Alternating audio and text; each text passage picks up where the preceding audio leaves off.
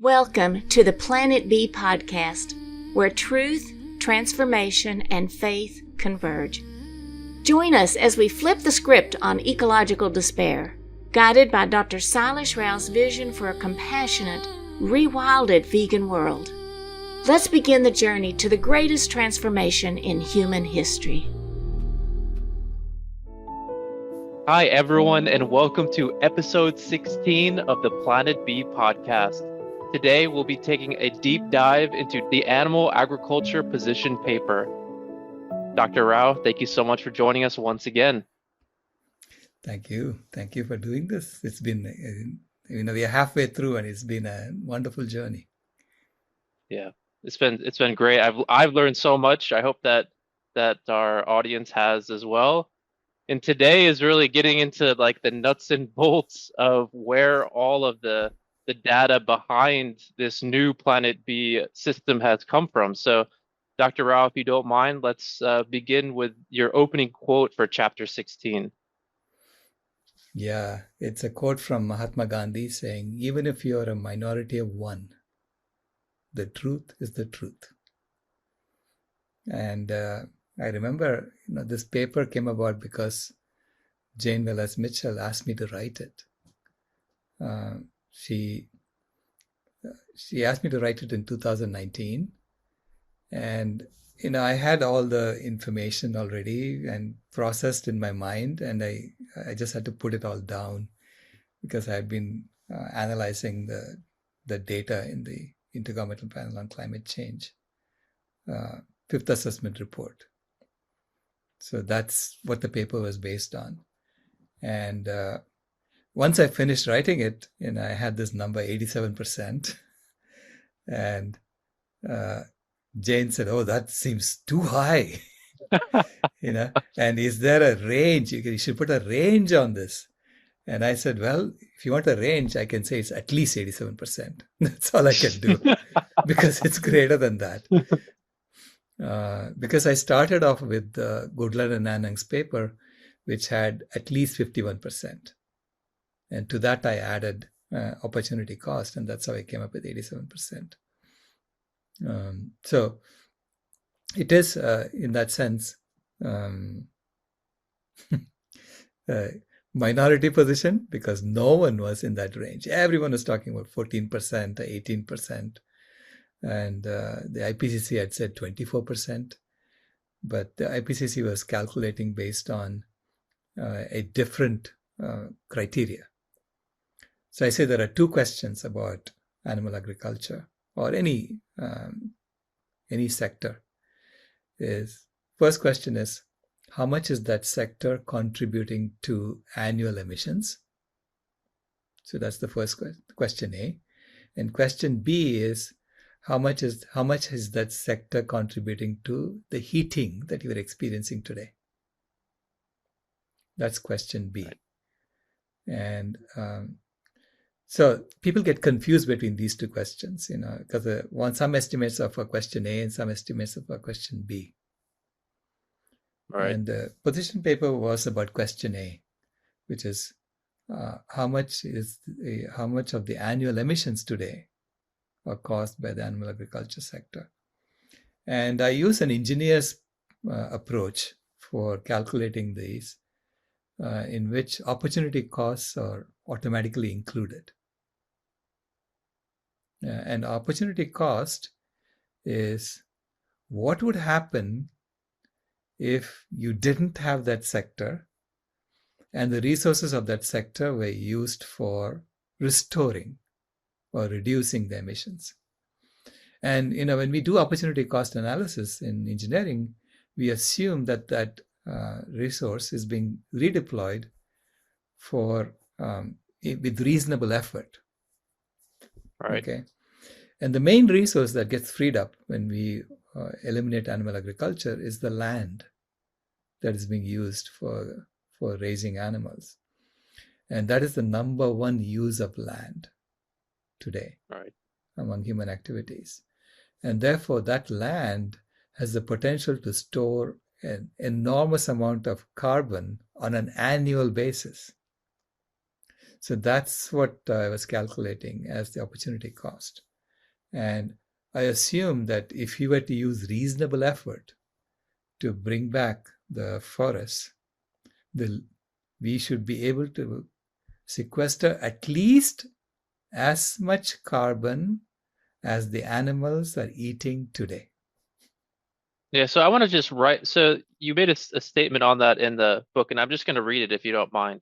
Sure. It says, in the position paper, the opportunity cost of the land used for animal husbandry was calculated assuming that nature is able to sequester at least as much CO2 as that embedded in all the food that our farmed animals are consuming today when we are consciously restoring the ecosystems of the planet. Correct. Yeah. The assumption is that animals don't eat underground, right? Our farmed animals. At least Yeah. last time I checked, they were all eating above ground vegetation. And the amount of food that they're eating has been calculated. So we have an estimate for that. And the food that animals are eating is basically hydrocarbon. Half of that food, roughly, is the carbon in the food. Okay, so you can then calculate how much carbon is there in the food that the animals are eating. And then from that carbon, you can translate it to carbon dioxide. How much carbon dioxide did the plant sequester to make that food? Okay. Now, when we are calculating opportunity cost, we are calculating how much CO2 is sequestered in regenerating forests, where no one is eating that and sending it back up because the animals are not there. Right? And so we assume that the forests are able to do as much as the plants are already doing today that the animals are eating. Okay. Right. We should be able to do more than that. Surely, because we have the wherewithal to help plants grow faster, right? So whatever it is, I mean, we don't have to grow grass. We can grow trees instead. I assume that we should be able to do at least as much as what the animals are eating. And then you calculate, once you calculate how much CO2 is there in the food that the animals are eating, and assume that that's happening above ground, then the same amount or double will be sequestered below ground. In the root systems, correct? The same amount will be sequestered in the root systems, plus the same amount will be sequestered in the soil. So that makes it double. Ah, wow. That's a lot. I mean, that's a lot. That's Yeah. a lot. So it basically gets roughly tripled, right? On average, over time, it'll get tripled. So I say we have to calculate that, then that will be the opportunity cost. That's what we are missing every time we eat animals. So every time we eat animals, we are making the choice that we do not want that sequestration to happen. We'd rather eat the animals instead. That's a huge component, which is not there in the fossil fuel industry, because fossil fuels don't sequester anything. You're digging from underground and you're burning it, right? So if you don't mind, I'd just like to go back then to a statement you made right at the beginning where you said foundational myth on planet A, fossil fuel use is the leading cause of climate change. And then foundational truth on planet B, animal husbandry is the leading cause of climate change, while stopping fossil fuel use is now suicidal. So Correct. We've talked a little bit about that, but just please revisit that once again, because it's just so important. Yeah, stopping fossil fuel use now is immediately is suicidal. You have to do it gradually. Which, by the way, when the fossil fuel activists are calling for reduction in fossil fuels or elimination of fossil fuels, people are talking about 30-year time frame or 20-year time frame to reduce fossil fuel use to zero, right? Which, by my calculations, are the optimum time frame.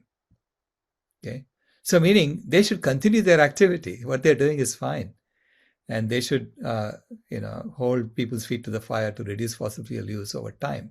For the next 20-30 years. But you have to go vegan as quickly as possible. You have to restore the ecosystems of the planet as quickly as possible. And that is what is missing in the discourse when you miscalculate the true contribution of animal agriculture. Okay? not only to emissions, but also to the warming that we are experiencing on the planet today. And so Jared Bishop's work has to do with the warming that the planet is experiencing today, whereas my position paper was about the emissions that are happening as of 2009, because the data was not updated since then. Okay, yeah. So I don't know. The FAO's data, I don't trust it at all. And why is that? Why don't you trust that data? Because the FAO's data, the original data they did in 2006 in the Livestock's Long Shadow report, and Goodland and Hanhang took that report and they fixed it and they updated the data that was there. But their report came out in 2009. Okay. Then the FAO and Goodland and Hanhang had a debate about that paper, and the FAO then went and formed a partnership with the livestock industry. So they have formed a partnership with the International Meat Secretariat, International Dairy Federation, the International Poultry Council, and the International Egg Commission. These were the 5 founding members of the Livestock Environmental Assessment and Performance Partnership, the LEAP partnership. So the 5 founding members were the UNFAO and these 4 industry organizations. Okay. Dr. Rao, that seems like those could tip the numbers just slightly. Yeah. So then they revised their 2006 paper and they reduced the numbers, even though Goodland and Hanhang had said it is actually greater. Okay. Goodland and Hanhang had found all kinds of emissions that they did not count in the FAO report. So then the FAO went and revised it down. So they're saying, yeah, the debate happened about Goodland and Hanhang's paper and we lost the debate. In fact, the editor of the journal invited the FAO scientists to continue the debate and they declined to continue the debate. Basically, they lost the debate. Okay. After losing the debate, they deliberately went and reduced it. And then they're updating that. And I'm saying, how would I believe anything that comes out of the FAO now? You know, because it is completely in the hands of industry. So my estimate was based on 2009 numbers that Goodland and Hanhang had fixed from the FAO. Now, I don't have the original data. Goodland and Hanhang were part of the World Bank. Okay. So they have access to this data. And then they got suppressed. I mean, Goodland was already outside the World Bank. So he had just retired from the World Bank.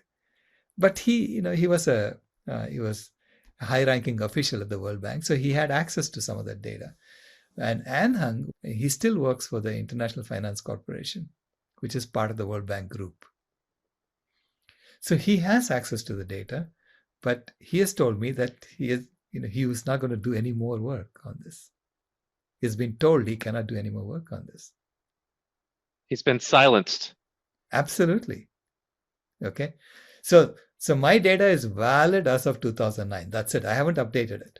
This is why I used human population numbers from 2009. I used everything from 2009 in my calculations, Right. Because I need to be consistent. If I start with 2009 data, I cannot mix it with 2019 data, So I used population numbers from 2009. I used food production estimates from the IPCC, which was, I think, based on earlier than 2009. So it's at least, this is why I said it's at least 87%. Yeah, and we're going to get into the stronger figure in a minute. But so in terms of the this data manipulation, so in chapter 16, you stated that your approach differs from the UN IPCC's because the UN IPCC uses net accounting for land use change emissions, whereby emissions from land that get deforested is offset with regrowth on managed or abandoned land. Can you share a little bit about what that means? So what the IPCC does is because they're trying to compare fossil fuel emissions, which they claim is new carbon that's being added to the atmosphere, and land use emissions. These are the two main sources of CO2 emissions into the atmosphere. Now, when you deforest land and you burn the forests, when you burn the trees, they basically CO2 goes up into the air. Okay. And when you burn fossil fuels, CO2 goes up in the air. Now, as far as the atmosphere is concerned, it's just CO2. Everything is CO2 being burnt and sent up into the air. It then sequesters a whole bunch of that CO2 back on ground. So nature has this healing process, okay, of trying to undo the damage that we are doing. So when it sees a whole bunch of extra CO2 coming into the atmosphere, it tries to sequester it. It actually is bulking up the trees. How amazing is nature, right? She's bulking up the trees, making them grow faster. Okay. Wow. To sequester the excess CO2. Okay. So of all the emissions that we are doing, roughly 90%, 80 to 90% is being sequestered. Now, so only 10 to 20% is like somewhere around 15% is staying in the atmosphere. Okay. Now, what the IPCC does is that they want to play favorites for the animal agriculture industry. Why? Because animal agriculture is the precious industry. You cannot touch it. If you touch it, the entire thing collapses in the system on planet A. Okay. So how do you protect that industry? Fossil fuels, you can argue, if you change it over to solar panels, you're still continuing the same planet A system. You just change the fuel for the planet A system. Whereas if you eliminate animal agriculture, the planet A system collapses. And you have to create a new system that does not use animals at all, and that's planet B. So right. if your motivation is to preserve planet A and continue the economic growth story, you want to pin the blame on fossil fuels. So how do you do that? This is where the accounting conventions come in. So they're saying ultimately we know only 10 to 15% stays up in the atmosphere. So who cares how it is accounted for? Right? So yeah. You take the animal agriculture's emissions and you discount it. You discount it by saying, you chop down 100 million acres of forest, but here you abandon 70 million acres of land that becomes desert. Right? So you just say, I only deforested 30 million acres because I abandoned 70 million acres. So that's how they're reducing how much is accounted for animal agriculture. So they're reducing it and then saying that we only emitted, less CO2 and the atmosphere is only holding 45% of that, not 15% of that. Because you lowered the numbers. All right. So the airborne fraction becomes 45% instead of 15%. Otherwise, the atmosphere, as far as the atmosphere is concerned, it only increased by so much, which you can measure, right? So you cannot lie there, because people are measuring the CO2. They know exactly how much is being added to the atmosphere every year. But how much are we emitting into the atmosphere? That you can fudge, because nature is already compensating for it. And that's where the fudging is happening. That's only one of the fudging that happens in the IPCC's accounting. The IPCC's accounting conventions for reporting to policymakers. These conventions are, as far as the climate scientists are concerned, they're looking at only how much CO2 got added to the atmosphere. They don't care about this cycle. Right? Mm-hmm. This cycle is much, much bigger than the amount that's added to the atmosphere every year. Okay, there's a lot more CO2 because it's part of the respiration cycle. We are breathing out CO2. Human beings, animals are breathing out CO2. Vegetation is also decaying and putting CO2 into the atmosphere. And then CO2 through photosynthesis is being sequestered in plants. And plants die out every year. There are trees that drop their leaves every year. There is a huge carbon cycle. Right. Okay, that's separate from what we are doing as human beings. So we are just, we thought we are just adding a minor thing on the side, but it turns out it's accumulating in the atmosphere year after year after year, and it's having a big impact now. So to account for that impact, so they are trying to separate out the natural carbon cycle and then saying this is human contribution. But in the human contribution, they're putting their thumb on the scale on behalf of the animal agriculture industry in order to preserve planet A. There's a cow in the room, Dr. Rao. Yes, that's the cow in the room that we have been we've been talking about it since 2019. Since that paper got I published it on our website in 2019, and then we tried to get it published in peer-reviewed journals, in European journals, and they all did not want to even review it. And then I submitted it to a journal in India. The editors had asked me to come and give the keynote address. Since they had asked me to give the keynote address based on the paper, they had read the paper. Right. Right. So I gave the keynote address to the Ecological Society, and then I asked them if you would like to print the paper. And they said, absolutely, we would love to print the paper. So they printed it as an invited paper because they had already reviewed it. So that got published in 2021 in the Journal of Ecological Society. And then Gerard's paper got published in 2025 in February. He is doing the same analysis, but for the amount of heating that we are experiencing on the planet caused by human activities. And he pointed out that it's 53% of the heating that we're experiencing today is caused by the animal agriculture sector. I wrote some things down that you put in this chapter. And so vegetation eaten by animals, that's not counted. Cut down and burnt forests, that's not counted. Desertification that's caused by the land that cows are grazing on and the food that the animals are eating, the desertification on that land, that's not accounted for. Bottom trawling of the ocean, I believe, that's not accounted for as well. Right, yeah. A lot of things that are not accounted for because there is a healing process already happening, right? So ultimately, you just have to account for the extra that got added to the atmosphere. Where did that come from? Okay. And that's why they could fudge the rest. Okay. Because as far as the climate models are concerned, they're only concerned with how much got added. How much did the CO2 increase year by year in the atmosphere? But when you want to assign responsibility to sectors, you really have to look at every human activity.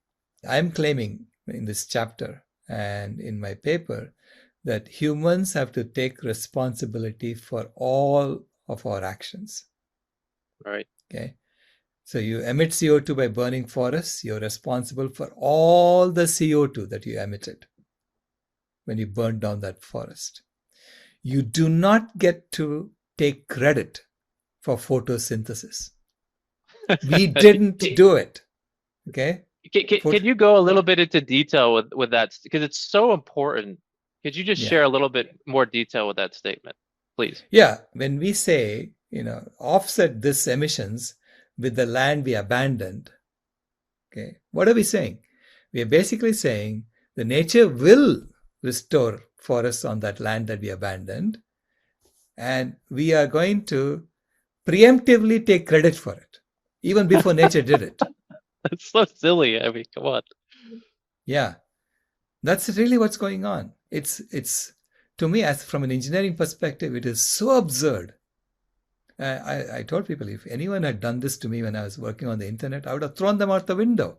So, because you're trying to ruin my work, right? Yeah.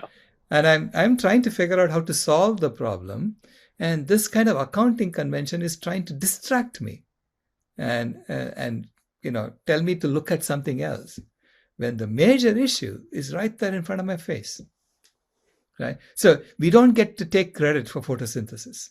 That's something that we all have to agree on this. Okay, You don't get to take credit for photosynthesis. You're responsible for emissions. That's it. You're not responsible for the plant growing. We didn't do that. Nature did it. So Yeah. I think we have to have humility, and then based on that, we need to figure out, okay, where can we reduce our emissions? Yeah. Right. And when you do that, you get to numbers that I'm coming up with. So let's talk about Actually, the newest numbers. So you were at 87% based on data from 2009, and then right. now the UN IPCC has put out a sixth assessment report that was issued in 2021, and now you've updated that 87% figure to 118%. Right. Yeah. Because in the fifth assessment report, they had a range for how much carbon is sequestered in soil, okay, compared to how much carbon is in the vegetation. Vegetation carbon we can measure, right? We can measure the weight of trees. There are good metrics for doing that, right? Whereas soil carbon was harder because it depends on the depth to which you go and so on. And so in the fifth assessment report, they had a range. And based on that range, I took the minimum of the range in order to come up with my lower bound. And I said the same amount of CO2 that is stored in the root systems will also be stored in the soil. Mm-hmm. So that means that I can take the above ground CO2 sequestration and triple it. You add one more for the roots and one more for the soil. Okay. Right. Now, in the sixth assessment report, they had better numbers for CO2 that's stored in the soil, and they said it's actually 2.4 times what's in above. So it's higher. It's higher than initially, yeah. Yeah, it's higher. And so I said, well, and they didn't even give a number, a range. They just said it's the total is 3.4 times. I said, okay, if you're sure about that, I'm happy to take that number. And that 87% becomes 118% when you do that. Now, with the Gerard Bishop's estimate also, his estimate is 52% of the heating today is caused by animal agriculture. Okay. And he did not include the opportunity cost of the land. So meaning, if you eliminate animal agriculture overnight and you restore all of the forests that used to be there at equilibrium, okay, that's what the carbon opportunity cost would be for the cumulative estimate that he's doing. Because he's doing a cumulative estimate of all the emissions that happened over the last 200 years. Because that's what's causing the heating today. Okay. Right. So when you do opportunity cost now, you have to say, what would happen to the heating if he didn't have an animal agriculture industry? And that means you have to now look at all the land and return to forests at equilibrium. That's what it would be. And the estimate we're coming up is more than 118%. It's more like 130%. Oh my goodness. Because he did not include that opportunity cost. Because it was harder, So, yeah. The statement I'm making with 118% is that if we were to wave a magic wand and eliminate the animal agriculture industry overnight, okay, we will see the CO2 level in the atmosphere reduce year by year, even though we are still burning fossil fuels. Right. At the current rate. Okay. Why is that? Because the vegetation will sequester that. Whatever you're burning from fossil fuels, it will sequester that as well. Right? Right. And store it. Provided we are engaged in restoring the forests. Right. Okay. So it's a good news story. Okay? The good news is really good news. Really good news. You don't have to, eliminate the fossil fuel industry overnight. You can eliminate it slowly. And in the next chapter, I'll go into why you need to eliminate it slowly. You cannot do it right away. Yeah. That's the climate bathtub model thing. But but that's what that number is.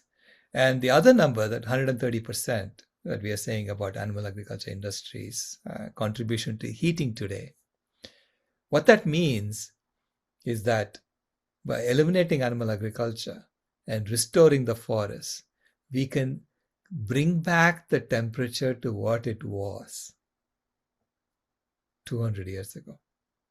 Right. That's what that's saying. It's greater than 100%. You can bring it back. Okay. That's wonderful. Yeah. But here's what will happen. As you bring it back to what was there 200 years ago, the CO2 levels in the atmosphere will come down. As the CO2 levels come down, the new trees that are born will not bulk up as much as the old trees who were born when the CO2 levels were much higher. Okay?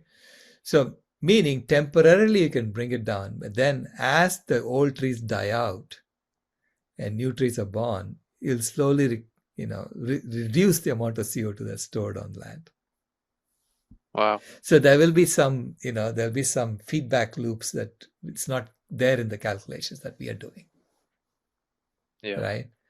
And eventually there'll be some equilibrium that we will reach. Right? But the good news is that nature is telling us, look, I'm still capable of healing.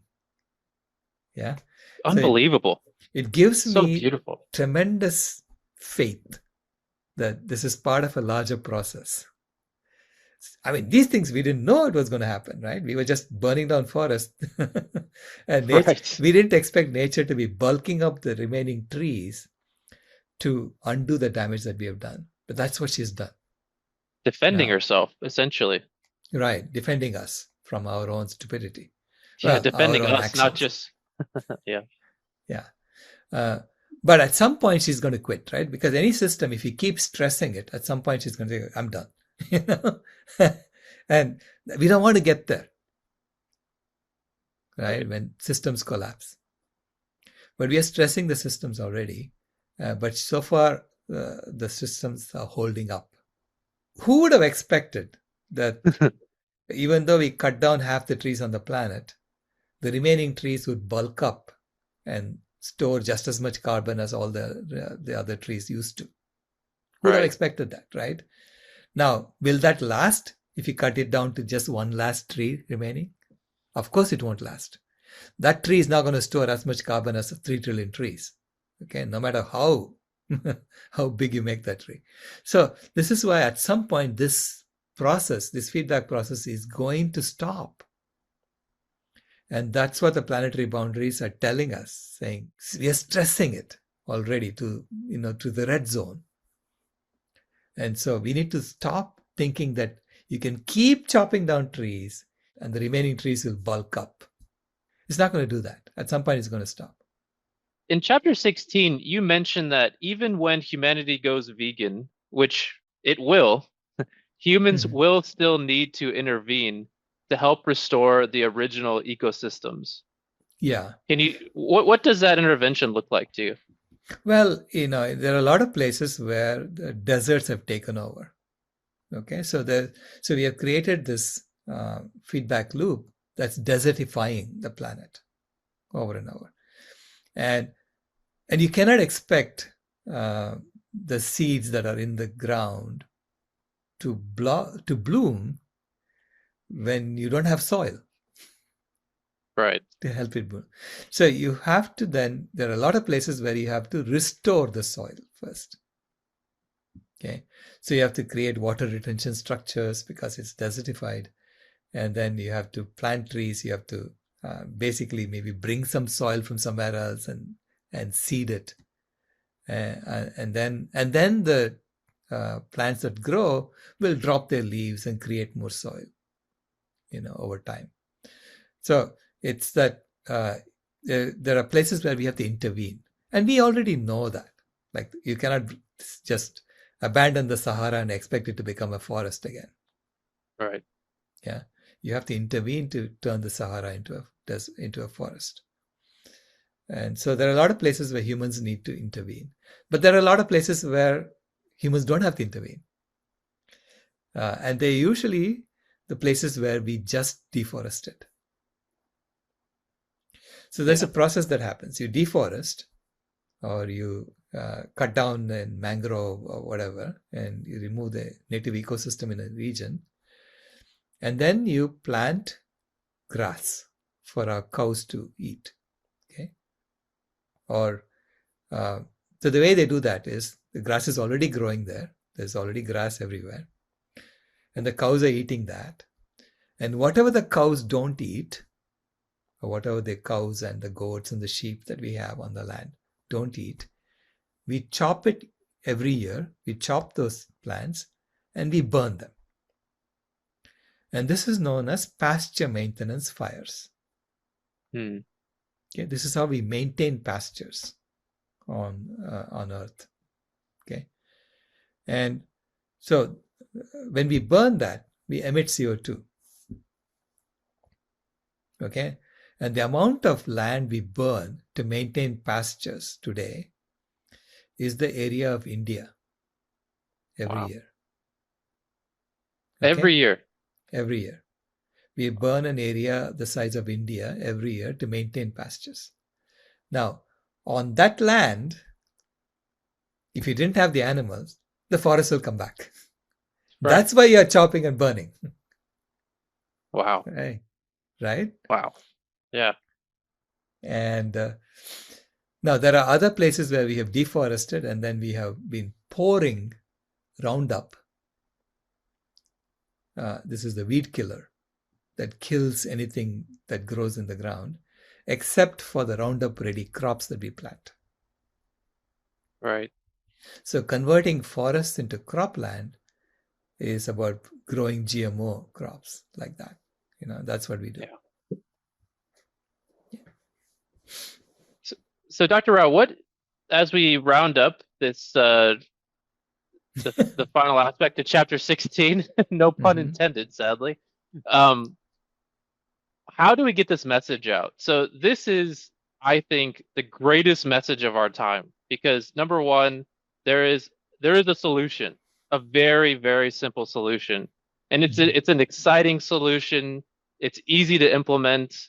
And the data is all backing that now. So your work, we from all of us who are in the movement, we really thank you for your work and your continued efforts to get the message out, because you've been doing this now for about 20 years, and now you're stronger than ever. So we thank you for that. But how, at this critical time, 2026, where we know 7 of 9 planetary boundaries have been transgressed, sadly, our planet is definitely not in the state that we want it to be in. How can we go out and spread this message as fast as we can? You are doing it already. This is the way. We have to explain things so that people who are technical experts can understand. Engineers can understand what I'm saying, and they can go verify my data and say, yeah, this is the way engineering is done. Okay. Right. I'm just doing my job as an engineer, as a systems engineer. And I don't, any engineer will know that if you do shenanigans with the accounting like this, you're not going to build anything that actually works. And that is not the right way to account for things. Okay. It doesn't matter what it is. You don't account like this. So I start with axioms, and so it's anyone can follow from first principles what I'm saying. Right. Okay? Any engineer. And so now we have to just spread the word. And these podcasts that we are doing, these episodes that we are doing, is the way to reach larger audiences. And then I'm going to go out and, give more interviews and lectures and as much. I just say yes to everybody who asks me. That's my yes, I can validate that. Yeah. Dr. Rao, what about like us? Because we're not science specialists. We don't. Most of us don't have connections with engineers. We're out interfacing with the general public. We know that there's a very, very low percentage of vegans currently, fully vegans in the world. Mhm. So when we go and share this message in the public, what is your advice for us? Yeah, just say that, it's the leading cause is animal agriculture, and this engineer is standing by this. He's been standing by this for the last 7 years, and he's not backing down. And he's pointing out that the people who are telling you it is not the leading cause are also the same kind of people who are telling you that protein is only found in meat, calcium is only found in milk, which are lies. We know that. So it's the same kind of system that we are in. The system is all about how do I manipulate things in order to gain advantage for myself. That's the kind of system we have created. So, Right. Yeah. And then the other thing is, if someone who's watching this podcast, they're maybe interfacing with a government official or a scientist or engineer, would you be open to a meeting with them or a conversation with them where they could potentially get in touch with you to connect you with this individual? Absolutely. My email is there on my website, everything is there. So it's open source. Everything I do is open source. And so the book can be downloaded, the papers can be downloaded and read. And I'm happy to debate anybody. If anyone thinks there is something wrong with my paper, please tell me. Please tell me what it is, and I'll address it. Awesome. So, Dr. Rao, any final message as we finish out episode 16? Well, I go back to the initial quote. Even if you're a minority of one, the truth is the truth. So please shine the light on the truth. Awesome. Well, thank you so much, Dr. Rao, for joining us. And coming up in episode 17 is the climate bathtub model, which really follows up on chapter 16. So we hope you all stay with us for our next episode 17. So thank you for joining us, and Planet B signing out. This has been a podcast from Planet B, where plants aren't just side dishes. If you haven't moved here yet, we thank you for visiting.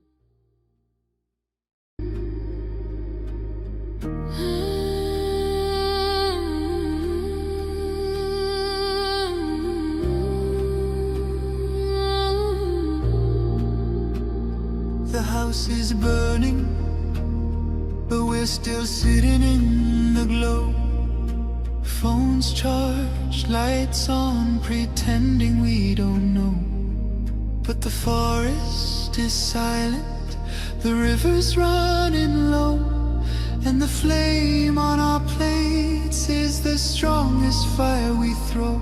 Put out the fire, put out the fire. Echoes and rise, this is your hour. 7 boundaries broken, the earth pushed past the line. Climate, land, species, fresh water, chemicals, nutrients, oceans in decline. Not danger, disaster in real time. Put out the fire, ooh, put out the fire. Metafoodians rise, this is your power. And here in India, one truth stands the same. Milk is not just milk, dairy feeds the flame. Cows and methane, fields and forests turn to grain. Politics, culture, carbon, all wired to the same chain. Every cup of curd is heat in the air, every block of butter is a forest repair. It's not a small habit, it's a planetary affair. Put out the fire, put out the fire. Echoes and rise, this is our hour. Energy fixes half the hurt, Dr. Rao made that clear. But food fixes the other half, the half that's burning here. Change the plate, change the land, change the future's atmosphere. Put out the fire, put out the fire. Metafoodians unite, this is your choir. Every millet, every fruit, every sapseed, every bean is water on the wildfire of a world we've never seen. Every oil-free bite is a river turning clean. This is not perfection, it's direction. Not pressure, but protection.